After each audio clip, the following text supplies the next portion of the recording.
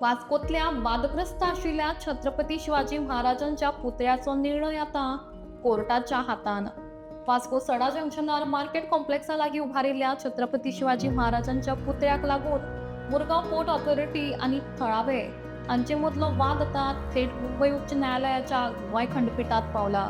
MPN केल्ल्या मागण्यांनी तांणी म्हटला हो पुतळो रोखडोच थंयचो काडचो, तशेंच थंय जावपी खंयच्याय प्रकारच्या बांदकामाचेर रोखडीच बंदी हाडची।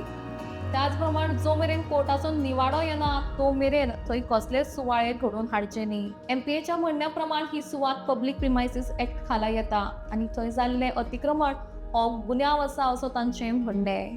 एमपीएन असोय आरोप केला की तांच्या कागाळीचेर प्रशासना कडल्यान दोळे झाक केले गेले।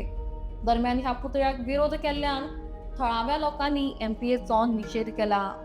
मजगतीं हायकोर्ट त्या प्रकरणाचेर कितें निर्णय घेता हाचे कडेन सगळ्यांचें लक्ष लागून आसा।